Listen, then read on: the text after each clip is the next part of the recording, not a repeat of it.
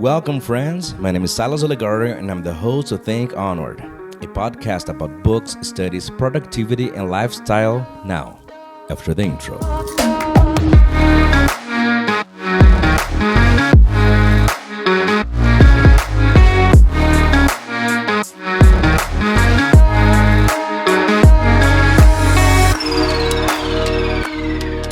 Well, hello. It's so good to be here again. Thank you so much for tuning in. Thank you so much for downloading this episode, for listening online. We are available everywhere. I think everywhere. I mean, everywhere that it counts, you know.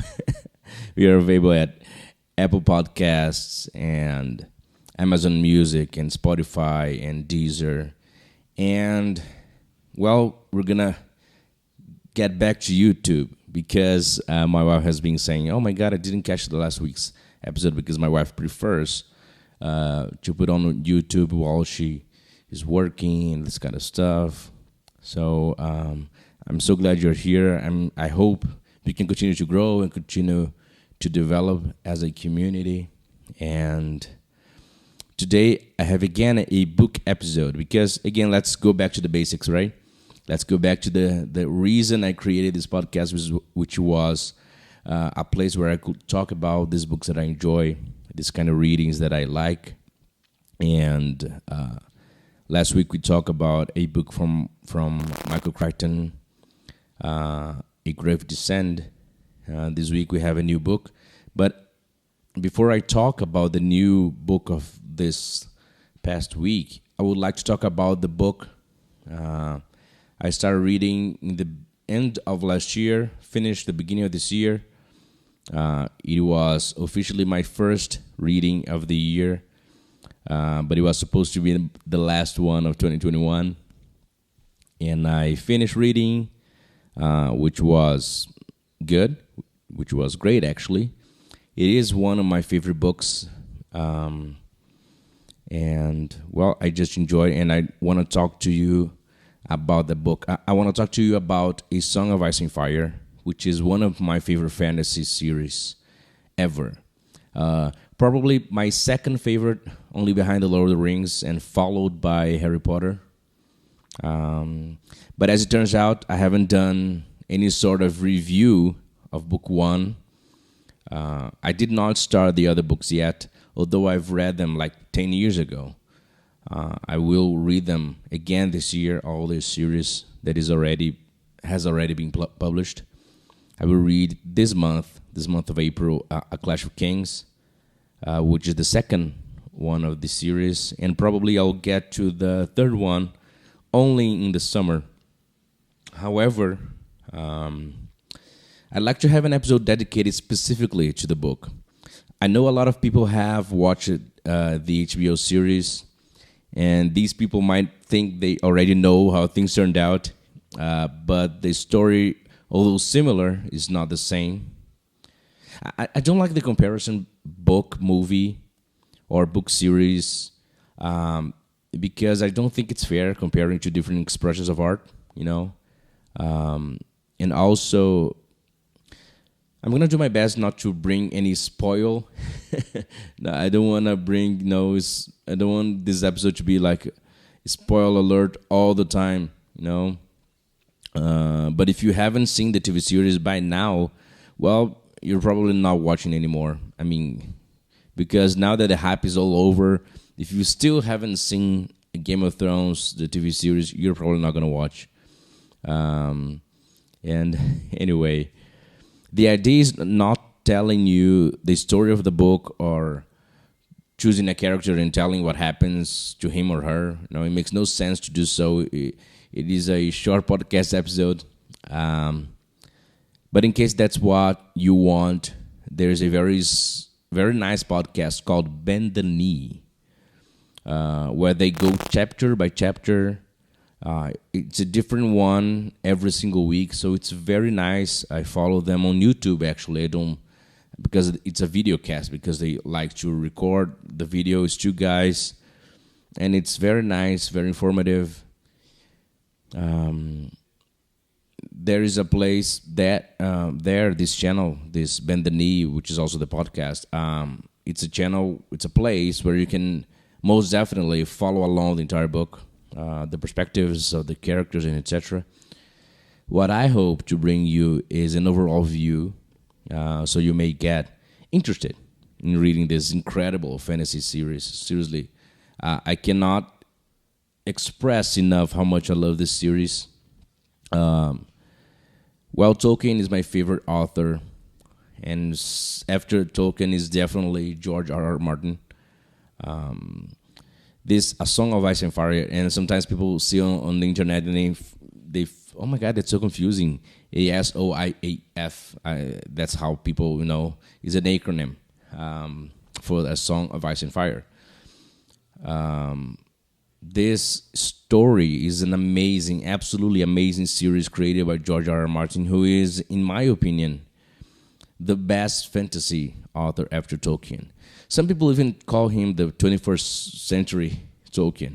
Yes, this guy is that good. Although it has been taking him a while to finish the series, all the books that he has written so far are incredible. Of course, not all of them are amazing. I'm talking about specifically about the series.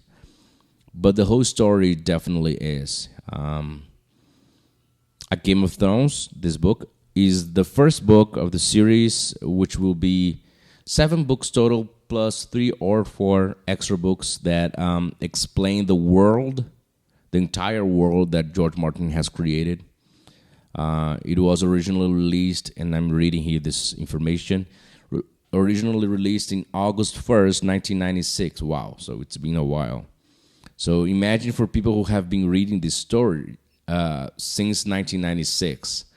If you who are listening and just got interested after you've watched the TV series, imagine this person who started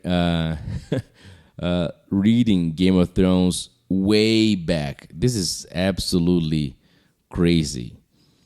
But that's the world. That's how it happens. Authors sometimes they take too long to write stuff.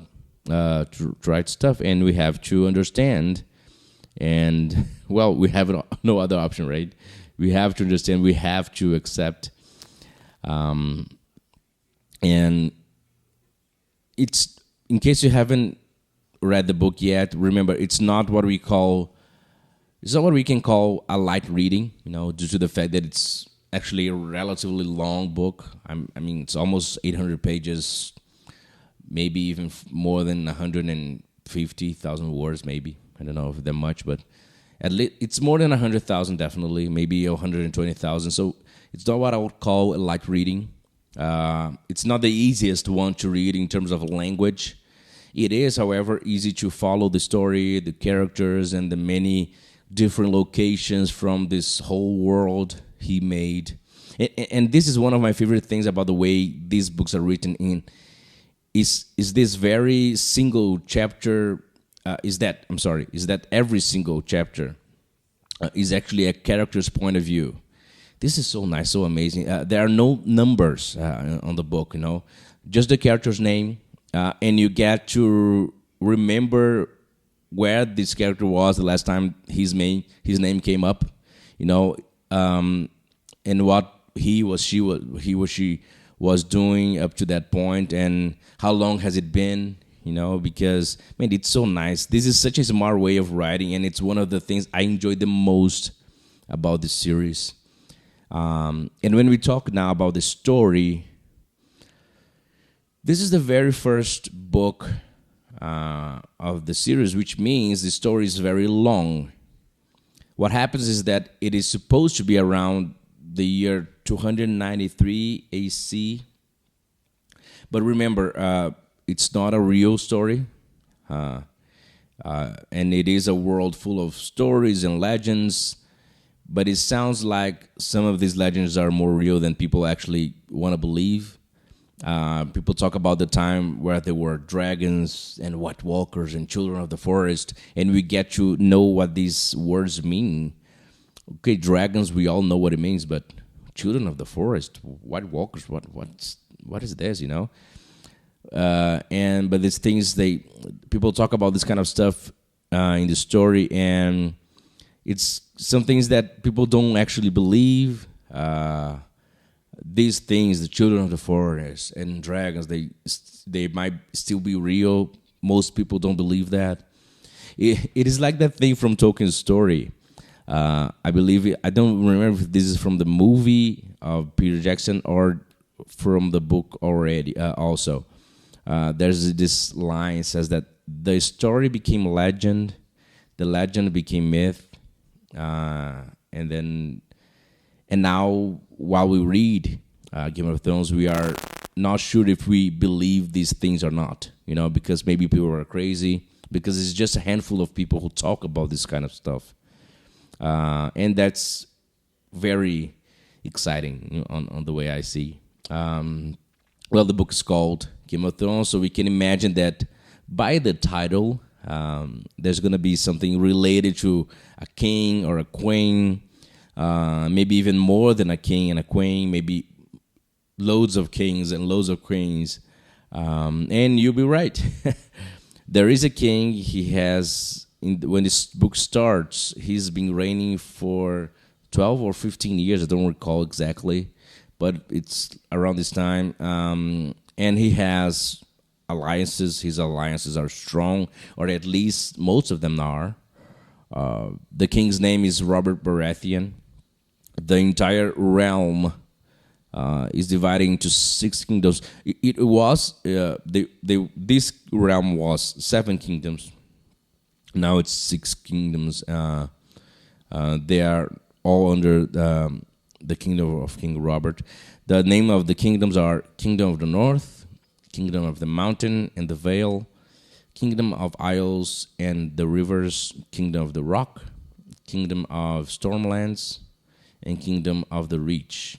And there's one extra one that's called the Principality of Dorne, which I don't by the name is misleading. It's actually a kingdom as well. But they are not actually under the realm of the king. And the important thing about each of these kingdoms, they have important families, important houses, as they call, and every house with important people. So the Kingdom of the North, they are ruled by House Stark of Winterfell, the kings in the north. Kingdom of the Mountain and the Vale, ruled by House Arryn of the Eyrie, the kings of the Mountain and the Vale. Kingdom of the Isles and the Rivers, ruled by House Hoare of Harrenhal, the kings of the Isles and the Rivers.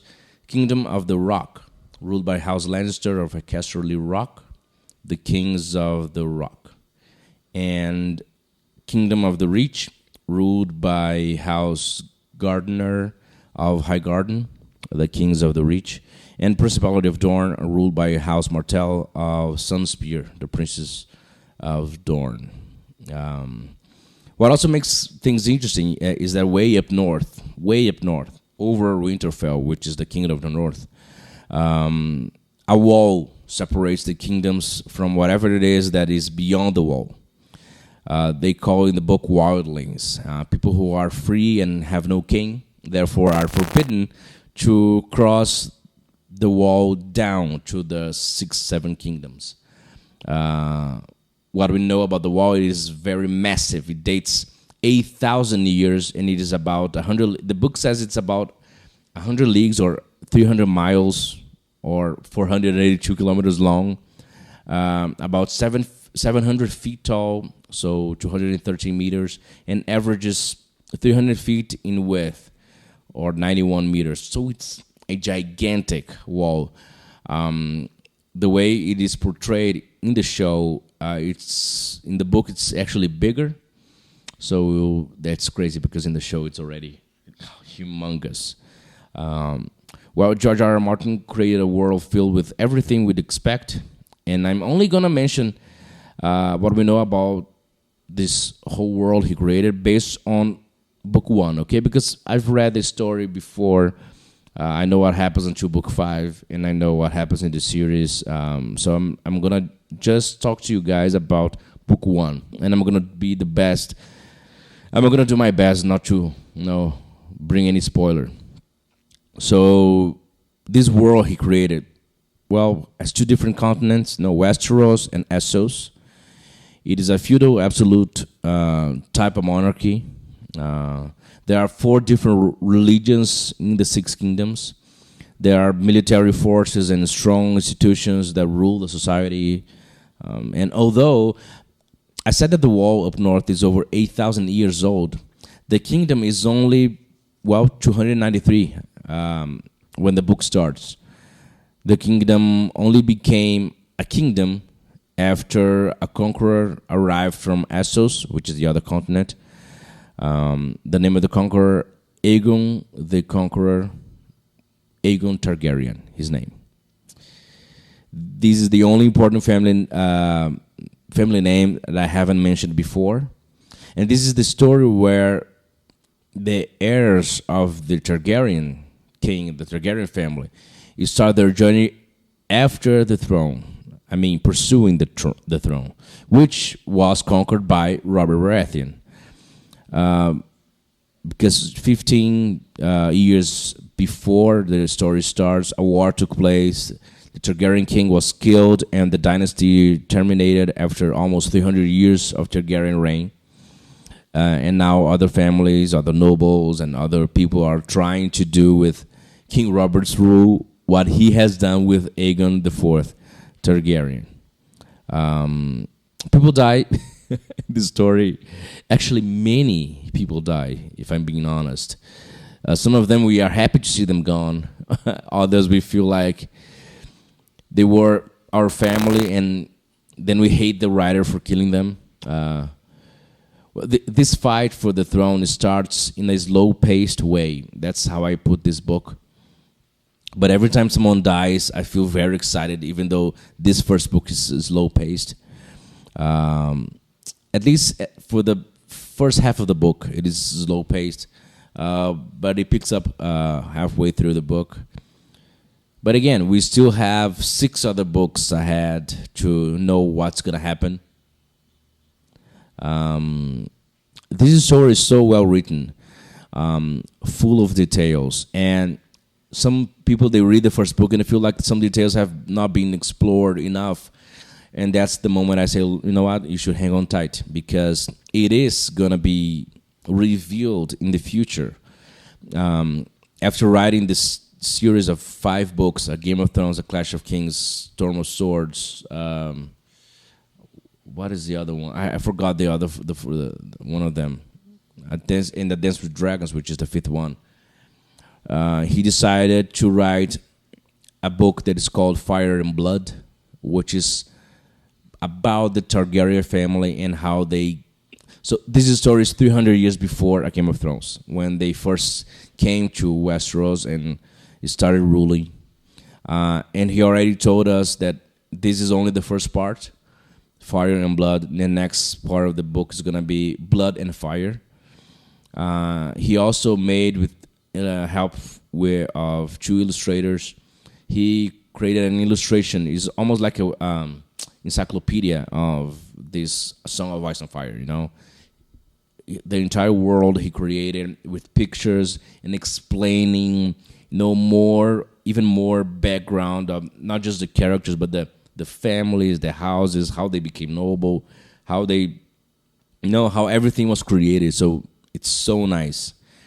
And now there's this expectation for the Winds of Winter, which is supposedly the 6th book. Supposedly, no. It is going to be the 6th book of the series. And we all know it's not going to be the last one, because he already told us the name of the last book of this series is going to be A Dream of Spring. The thing is that maybe now is a great moment to start reading this series, because these are long readings, and not everybody likes to read so fast. So these are books that are going to take you at least 1 week if you read in a normal pace to read.